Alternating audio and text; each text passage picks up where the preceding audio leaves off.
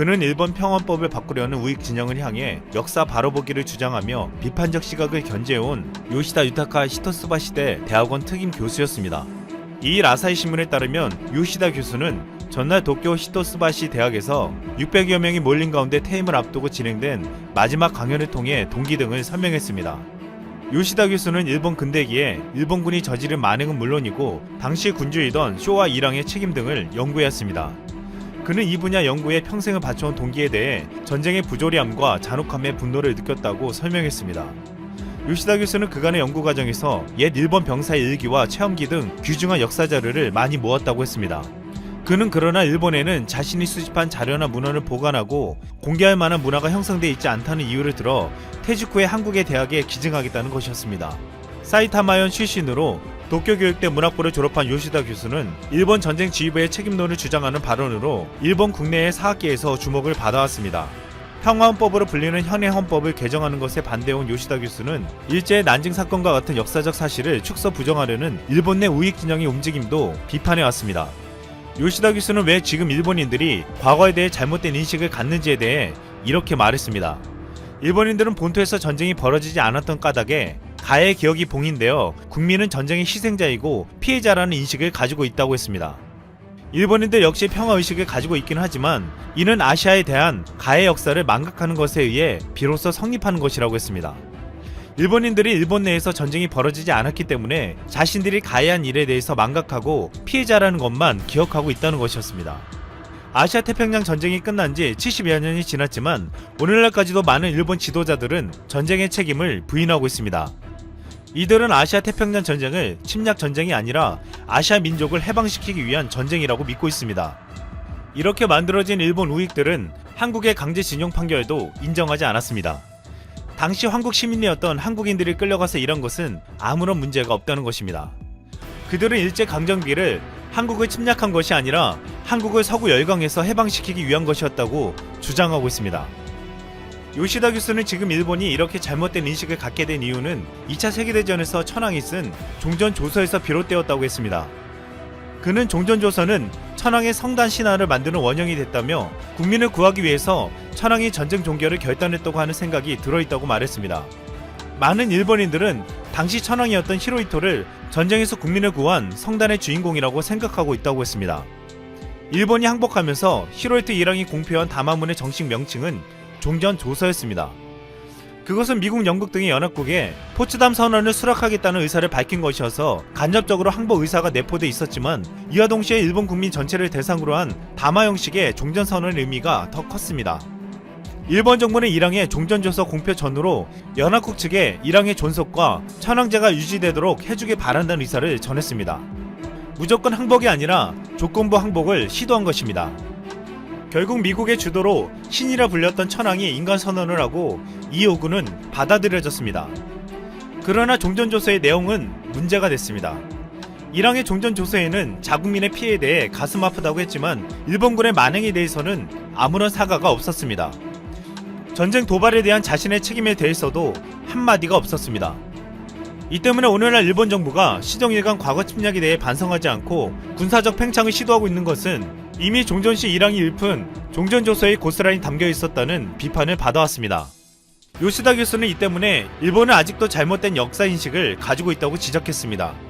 그의 대표 저서 중 하나인 일본군 명사 아시아 태평양 전쟁의 현실을 통해서는 일제가 자국 병사들을 희생시키고 주변국들에게 준 피해를 서술했습니다. 그는 일본이 저지른 역사적 사실들을 열거하면서 이를 축소 부정하려는 일본 내 우익 진영의 움직임도 비판해왔습니다. 최근 요시다 교수는 민족주의자들과 평화헌법 수종론자들이 득세하면서 역사를 진실하게 바라볼 것을 주장하는 양심 세력의 목소리가 묻히고 있는 상황이라고 개탄하기도 했습니다. 요시다 교수는 일본이 2014년에 제정한 특정 비밀 보호 법안에 대해서도 비판했습니다. 일본의 특정 비밀 보호법에는 외교 안보 4개 분야에서 행정기관의 장이 특정 비밀을 지정하고 누설한 공무원들에게 최고 10년의 징역형과 함께 민간인도 처벌할 수 있는 내용이 포함되어 있습니다.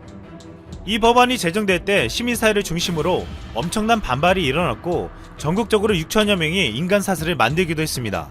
학자들도 일제히 반대하고 일본 언론에서도 이 법안을 강도 높게 비판했지만 일본 정부는 강행했습니다. 이 법안으로 인해 일본 정부는 방사능에 대한 정보를 국민들이 제대로 보지 못하게 막았으며 더 중요한 것은 과거 역사에 대한 문서들도 알지 못하게 만들었다는 것입니다. 요시다 교수는 일본 정부에 불편할 수 있는 전후 처리에 관한 사료 등이 영원히 공개되지 못한 채 어둠에 묻힐 수 있다며 그렇게 되면 역사 검증이 불가능해질 것이라고 우려했습니다. 실제로 일본 정부가 관련 법령에 따라 특정 비밀로 지정한 사안 중 40% 가까이가 관련 문서조차 없었던 것으로 드러나 논란이 되기도 했습니다. 특정 비밀 보호법을 점검하는 중의원 정보 감시 심사에는 2015년 말 특정 비밀로 지정된 443건 중 166건이 내용을 기록한 문서가 없었다며 정부의 시정을 요구했습니다. 이는 요시다 교수의 말처럼 중요한 사실들이 비밀로 지정되어 국민들에게 알려지지 않을 뿐만 아니라 문서조차 없어지고 있다는 것입니다. 이런 정부 행태를 비판한 요시다 교수는 결국 자신이 평생 연구한 모든 것을 한국에 주겠다는 결정을 한 것입니다. 이 자료들이 한국에 온다면 그동안 역사적 사실을 부인하고 자국민들의 눈과 귀를 가린 일본 정권에게 진실이 무엇인지 증거들을 가지고 보여줄 예정입니다. 12일 일본에서는 전국에서 490명의 신규 최종 판정자가 발생해 벌써 7,000명을 넘었습니다. 특히 도쿄에서 166명이 새로 추가되면서 누계 2,068명으로 도쿄를 중심으로 한 폭발적 증가에 심각한 상황입니다. 일본이라는 나라가 어떻게 되어갈지 모두가 불안해하고 있습니다. 이런 엄중한 때에 아베가 휴일에 대형 사고를 쳤습니다. 지금 일본이라는 국가 이미지는 전 세계에서 곤두박질하고 있는 상황에서 부글부글 끓고 있는 일본 국민들에게 휘발유를 확 갖다 부은 것입니다. 불난 집에 부채질 정도가 아닙니다. 오늘 아침까지 벌집 쑤셔놓은 일본 이야기입니다. 일본은 지금 신규 최종 판정자가 하루 600명 이상 발생하는 등 연일 기록을 갱신하고 있습니다. 앞으로도 더 많은 희생자들이 폭발적으로 증가할 것으로 보고 있어서 언론과 일본 국민들은 매일 불안한 정보로 술렁거리고 있습니다. 이런 와중에 호시노라는 가수가 인스타그램에 올린 영상에 다른 연예인들이 반응하면서 일본인들의 마음을 위로하고 있었습니다. 인스타그램에 공개한 호시노의 노래는 우리 집에서 춤추자, 혼자 춤추자, 모든 노래로 손을 잡자, 살아서 다시 만나자, 우리들 각각의 장소에서 춤을 추자 라는 내용입니다. 일본 국민들에게 외롭고 힘들고 불안하겠지만 그래도 우리 춤추며 힘을 내자, 다시 만날 때까지 각자의 장소에서 춤을 추며 위기를 이겨나가자 라는 취지의 좋은 영상입니다. 호시노는 이 내용을 다시 트위터에도 올려놓았습니다. 이 트위터에 다른 가수들이 자신의 집에서 악기와 노래를 부르며 호시노 겐의 기타와 노래에 겹쳐서 함께 부르는 듯한 영상을 만들어 올리기 시작했습니다. 야마타카는 드럼, 기타, 베이스, 키보드, 코러스를 겹쳐서 올리며 멋진 노래와 작곡 감사합니다 라고 트윗을 올렸습니다. 호시노 겐의 영상은 수많은 연예인들이 영상을 이어가게 했고 일본 오리콘 뮤직에서는 호시노 겐의 반응을 한 연예인들의 트위터와 영상을 쭉 소개해 나가는 특집 기사를 올리기도 했습니다. 이렇게 좋은 호응을 얻고 있는 영상을 이용해 아베도 12일 일요일 아침에 집에서 놀고 있는 영상을 하나 올립니다. 아베는 트위터에 친구들과 못 만난다, 회식도 못하고 있다. 그러나 여러분의 이런 행동으로 많은 생명을 구하고 있다.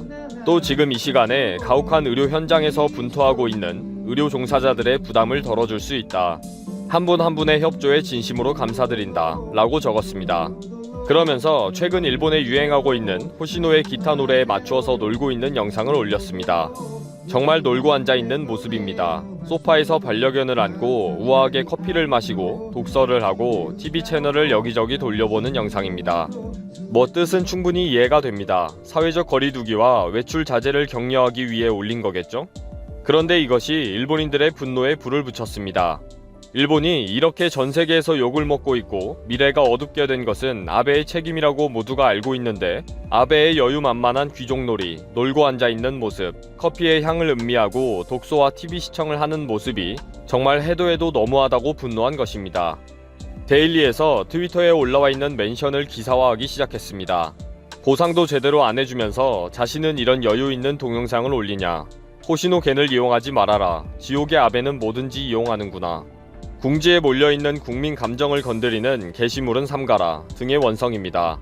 이 기사에도 국민은 지옥에 떨어지고 있다. 위기의 지도자로서 완전 실격이다. 당장 그만둬라. 정말 국민의 고생과 고민은 전혀 이해하지 못한다. 짜증난다. 아베는 나를 너무 지치게 한다. 등의 댓글이 달렸습니다. 아예 메인 화면에 뭐야 이건 이라고 하면서 비판의 기사를 올려놓기도 했습니다. 아베의 이 영상을 보고 일본 국민들이 설마 뭐야 이건 이라고 황당해하고 분노하고 있다는 내용입니다. 위태한 나라를 위해 가장 중요한 결단과 대책이 요구되고 있는 아베가 우아하게 차를 마시고 개를 어루만지고 있는 동영상을 올려 라는 댓글을 소개하면서 강력하게 비난하고 있습니다. 하류 노인의 저자 후지타 다카노리도 언론과의 인터뷰에서 이 나라의 총리는 귀족인가? 프랑스였다면 제2의 혁명이 일어나야 하는 비정상적인 수준이다 라고 비난했고, 시라이시 감독도 이런 무신경한 인간은 다른 사람의 고통을 몰라요. 얼마나 괴로운 상황인지 생각할 줄도 모르는 사람에게 정치를 맡길 수 없다 라고 했습니다. 경제 저널리스트인 히로코는 아베는 루이 16세다. 이런 아베에게 비상선언을 해야 한다. 고개를 숙이고 침통해하는 자들이 얼마나 많은데 이렇게 모자란 사람이 대책을 세우고 있다니 라고 비난했습니다. 지금도 일본에서는 아베의 동영상이 화제가 되고 있고 언론과 일본 국민들의 비난이 쏟아지고 있습니다. 지금 일본은 한치 앞을 볼 수 없는 상황인데 총리라는 사람이 놀고 앉아있는 동영상으로 다 뒤집어 놓았네요. 눈치가 없는 것인지 모자란 것인지